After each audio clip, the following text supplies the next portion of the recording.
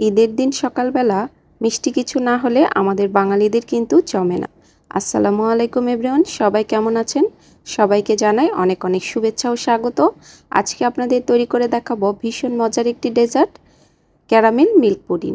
আর এই পুডিংটি তৈরি করতে কিন্তু হাতের কাছে থাকা অল্প কিছু উপকরণ দিয়েই তৈরি করা যায়। এই পুডিংটা তৈরি করতে প্রথমে আমি এখানে নিয়ে নিচ্ছি 1 কাপ পরিমাণ তরল দুধ। দুধটা কিন্তু এই পর্যায়ে ঠান্ডা করা আছে। এখন এর মধ্যে দিয়ে নিচ্ছি 1 চা চামচ পরিমাণ আগার আগার পাউডার। এটা কিন্তু যে কোনো গ্রোসারি শপে ইজিলি পাওয়া যায়। এখন এর মধ্যে দিয়ে নিচ্ছি মিষ্টির জন্য 1/4 কাপ পরিমাণ চিনি। 1 কাপ পরিমাণ দুধের জন্য কিন্তু এই 1/4 কাপ পরিমাণ চিনি যথেষ্ট। এখন চুলোটাকে অফ রেখে এগুলোকে ভালোভাবে একটু মিশিয়ে নিতে হবে। এখন আমি চুলোটাকে জ্বালিয়ে নিয়েছি। এখন অনবরত নেড়েচেড়ে দুধটাকে একটু ঘন করে নেব। 2-1 মিনিট জাল করলেই দুধটা কিন্তু ঘন হয়ে যাবে। দুধটা হয়ে গেছে। এপাশে আমি একটা বাটি রেডি করে রেখেছিলাম। এর মধ্যে এখন এই ঘন মিক্সচারটাকে ঢেলে দিতে হবে। এখন এটাকে সেট করার জন্য আমি ফ্রিজের নর্মাল চেম্বারে 30 মিনিটের জন্য রেখে দেব। এটা 30 মিনিটের মতো রেখে দিলে কিন্তু একদম পারফেক্টভাবে সেট হয়ে যাবে। এখন ক্যারামেলটাকে রেডি করে নেব। তার জন্য প্রথমে আমার লাগবে দুধ। আমি এখানে 1 কাপ পরিমাণ দুধ নিয়েছি। তার মধ্যে হাফ চা চামচ পরিমাণ আগার আগার পাউডার দিয়ে ভালোভাবে একটু মিশিয়ে নেব। এটাকে মিশিয়ে একটু সাইড করে রেখে দেব। এখন চুলায় নিয়ে নিচ্ছি 1/4 কাপ পরিমাণ চিনি আর দিয়ে নিচ্ছি 1 চা চামচ পরিমাণ পানি দিয়ে চুলোটাকে জ্বালিয়ে দিয়ে আমি এটাকে ক্যারামেল বানিয়ে নেব। চুলোর জালটাকে মিডিয়ামে রেখে আস্তে আস্তে এটাকে নেড়ে চেড়ে আমি একটা সুন্দর কালার নিয়ে আসবো এটাতে।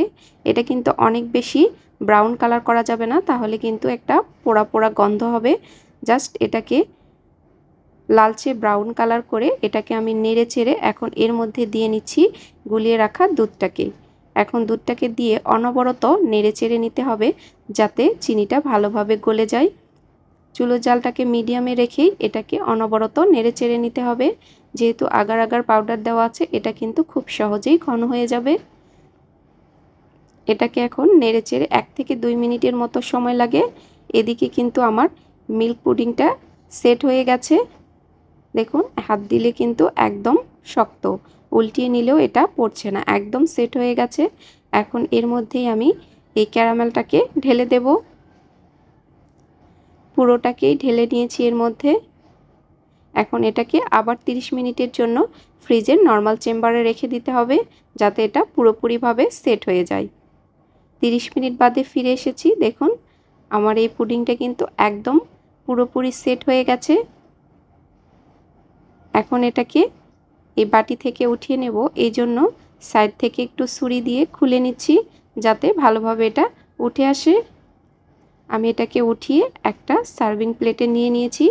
উপর থেকে একটু চকলেট আমি দিয়ে নিচ্ছি। এটা আপনাদের ইচ্ছা, চাইলে আপনারা দিতে পারেন, না চাইলে না দিলেও হবে।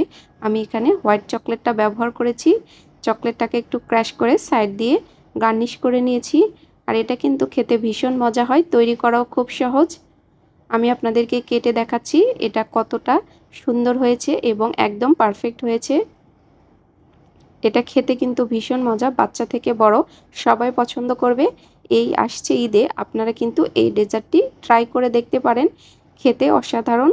রেসিপিগুলো ভালো লেগে থাকলে অবশ্যই লাইক কমেন্ট করতে ভুলবেন না। যদি আমার চ্যানেলে নতুন হয়ে থাকেন অবশ্যই চ্যানেলটিকে সাবস্ক্রাইব করে পাশে থাকবেন। সবাই ভালো থাকবেন। আল্লাহ হাফেজ।